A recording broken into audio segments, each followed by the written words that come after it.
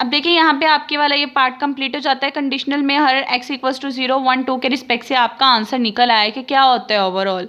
Conditional में मैंने आपको भी बताया कि आपने सम अप नहीं करना, लेकिन जब ये h ऑफ 1 की वैल्यू लेनी है, ये एक नंबर की प्रोबेबिलिटी है, इसमें सम अप आपने करना है।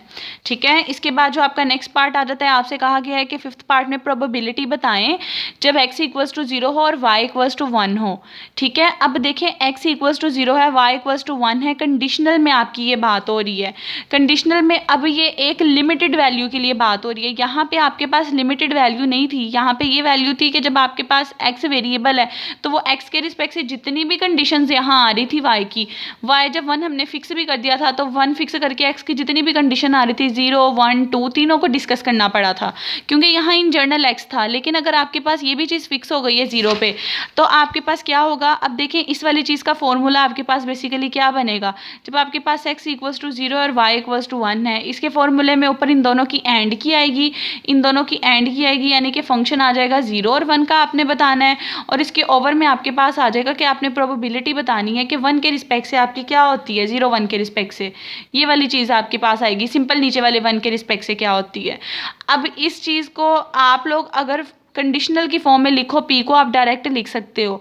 कंडीशनल की फॉर्म में एक चीज़ मैंने आपको बताई थी कि फंक्शन और प्रोबेबिलिटी का रिलेशन होता है कि जो पी होता है उसको आप एफ की फॉर्म में कन्वर्ट कर सकते हो। आपने ये जो चीज़ कैलकुलेट अगेन करनी है, इससे बेटर ये आप इसको डायरेक्ट लिखो, ये फंक्शन ऑफ 0 1 है, क्योंकि हमने ये 0 से 1 का ऑलरेडी कैलकुलेट कर लिया, इसलिए सारे का सारा काम करने की ज़रूरत नहीं है। जब कभी एक सिंगल पॉइंट्स के लिए आ जाए और उसका एक सेपरेट से ऐसे टेबल बना हो, पिछले पार्ट में आपने सोल्व किया हो, आप देखोगे 0 1 के लिहाज से करनी है, 0 1 के लिहाज से ये 1/2 थी तो डायरेक्ट बता दोगे कि फंक्शन की वैल्यू 1/2 आती है आपके पास। ठीक है, उसके बाद नेक्स्ट पार्ट में आपसे कहा है are X and Y independent. आपने बताना है क्या ये जो एक्स और वाई हैं ये आपस में इंडिपेंडेंट है। इंडिपेंडेंट की मैंने आपको कंडीशन बताई थी, कोई भी एलिमेंट इंडिपेंडेंट चेक करना हो तो उसके लिए अगर एक्स वाई यानी कि probability of X and Y, X Y का मतलब ये है कि प्रोबेबिलिटी एक्स और एंड की है, अगर इन दोनों की प्रोबेबिलिटी का आंसर और दोनों की सेपरेट सेपरेट प्रोबेबिलिटी का आंसर यानी लेफ्ट हैंड साइड और राइट हैंड साइड इक्वल आ जाए आपके पास, तो वो इंडिपेंडेंट होते हैं। लेकिन अगर किसी एक वैल्यू के लिए भी ये दोनों इक्वल ना आए तो आप कहोगे कि ये प्रोबेबिलिटी जो है इंडिपेंडेंट नहीं है। अब बुक में उन्होंने जिस पॉइंट को ले लिया, उन्होंने एक्स की जगह 0 ले लिया, वाई की जगह 1 ले लिया है, आप पे लास्ट में फिक्स नहीं है कि 0 1 ही लेना है, क्योंकि बेसिकली ये आपके पास इंडिपेंडेंट बननी नहीं है। जब कोई चीज़ आपके पास बननी हो ना, उसको आप करते हो इन जर्नल प्रूफ। लेकिन अगर आपके पास कोई चीज़ ना आपके पास वो बन रही हो, आप उसको काउंटर एग्जाम्पल लेके बता देते हो कि इस पॉइंट के लिए सेटिस्फाई नहीं करता तो ये इंडिपेंडेंट नहीं है। अब जब आपने इसको नॉट इंडिपेंडेंट यहाँ शो करवाना है ना, लाजमी नहीं आप 0 1 लो, आप 0 0 लेके भी शो करवा सकते हो। ठीक है, किसी भी एक चीज़ को फिक्स करना है, बुक में 0 1 किया था इसलिए मैं 0 1 के रिस्पेक्ट से करवा रही हूँ, आप 0 0 के रिस्पेक्ट से भी चेक करोगे तो इंडिपेंडेंट नहीं आएगा। तो देखिए अगर आप फंक्शन 0 1 के रिस्पेक्ट से बात करें, इस चीज़ का आंसर इस चीज़ के इक्वल आना चाहिए। अगर पहले मैं g ऑफ 0 की वैल्यू निकालना चाहूँ, g ऑफ 0 का मतलब ये है कि हमारे पास x की वैल्यू 0 फिक्स है और बाकी वैल्यू चेंज हो रही हैं।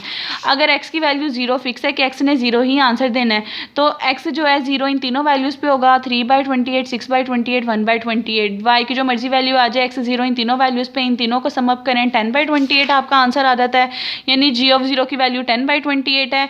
अगर आपने y को 1 फिक्स कर लिया है, y 1 फिक्स है, इसका मतलब ये वाली वैल्यू देगा, x जो मर्जी हो जाए। y1 फिक्स करने से इसका आंसर 12/28 आना है। अब टेबल बनाने का ये फ़ायदा है, बार बार कैलकुलेट नहीं करना है, यहाँ से डायरेक्ट देख के आप लोग लिख सकते हो। या तो इन्होंने सोल्व किया ना, आप डायरेक्ट कह सकते हो कि इस चीज़ का आंसर 12/28 है, टेबल देखने के बाद जब 0 फिक्स किया ये इसका आंसर 10/28 है।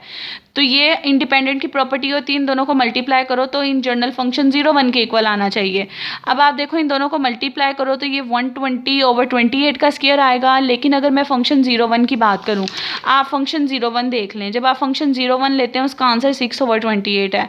तो आपकी जो लेफ्ट हैंड साइड है वो राइट हैंड साइड के इक्वल नहीं आती। किसी एक वैल्यू के लिए भी अगर कोई चीज़ फुलफिल ना हो तो इसका मतलब वो इन जर्नल होल्ड नहीं करती, तो आप कहोगे कि ये लीनियरली आपके पास आपके पास इंडिपेंडेंट नहीं है। ठीक है, इसी तरह नेक्स्ट 7.7 एग्जाम्पल है। अब ये आप लोगों ने खुद करनी है, इसमें आपको उन्होंने एक जॉइंट फंक्शन दिया और कहा है कि क्या ये लीनियरली इंडिपेंडेंट है। इसके लिए भी आप लोगों को क्या करना पड़ेगा, जी का फंक्शन अलग करना है, एच का फंक्शन अलग करना है। अब जब कंबाइंड फॉर्म में दिया जाए क्या करना होता है, जी के लिए मैंने आपको समझाया था एक्स को फिक्स रहने देना है, वाई की वैल्यू चेंज कर देनी है। मैंने यहाँ पे ये बात आपको बताई थी, जब आपको जी का फंक्शन दिया जाता है एक्स फिक्स रहता है, वाई में देखें चेंजेस आती हैं, वाई में उसकी सारी वैल्यूज पुट करनी है। इसी तरह जब वाई के रिस्पेक्ट से बात करनी है, वाई ने फिक्स रहना है, एक्स की वैल्यूज़ पुट करनी है, करने के बाद वो फंक्शन आपके पास अलग अलग हो जाता है।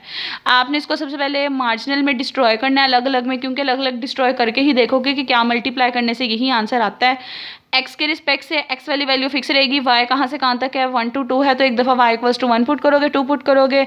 जब वाई के रिस्पेक्ट से बात करनी है वाई फिक्स रहेगा, एक्स 1 to 3 है, क्वेश्चन के अंदर कहा है 1 to 3 पुट करोगे, सम अप करोगे। अब देखो इन दोनों को मल्टीप्लाई करो, इन दोनों को मल्टीप्लाई करने से एक्स वाई स्क्वायर ओवर 30 आ रहा है और डायरेक्ट फंक्शन का भी वही आंसर आ रहा था, तो left hand side right hand side equal आ गई है, तो ये आपके इंडिपेंडेंट प्रूव हो गए हैं। अब बच्चों आज का लेक्चर आप लोग कंप्लीट सुने। मैंने आप लोगों के साथ आज बेसिकली सिंपल ये ज्वाइंट से लेके नेक्स्ट डेफिनेशन डिस्कस की हैं और इससे रिलेटेड 2 एग्जांपल्स करवाई हैं। और बच्चों स्टैट का हर लेक्चर बहुत इंपॉर्टेंट है, इसका सिलेबस बहुत ज़्यादा है आपका, तो हर लेक्चर को गौर से करना है, ट्राई करना है, कोई प्रॉब्लम हो मुझसे पूछना है, मैं आपको वो स्टेप दोबारा समझा दूँगी। ठीक है, आज का लेक्चर सुने और फिर मुझे बताएं समझ आई है या नहीं आई।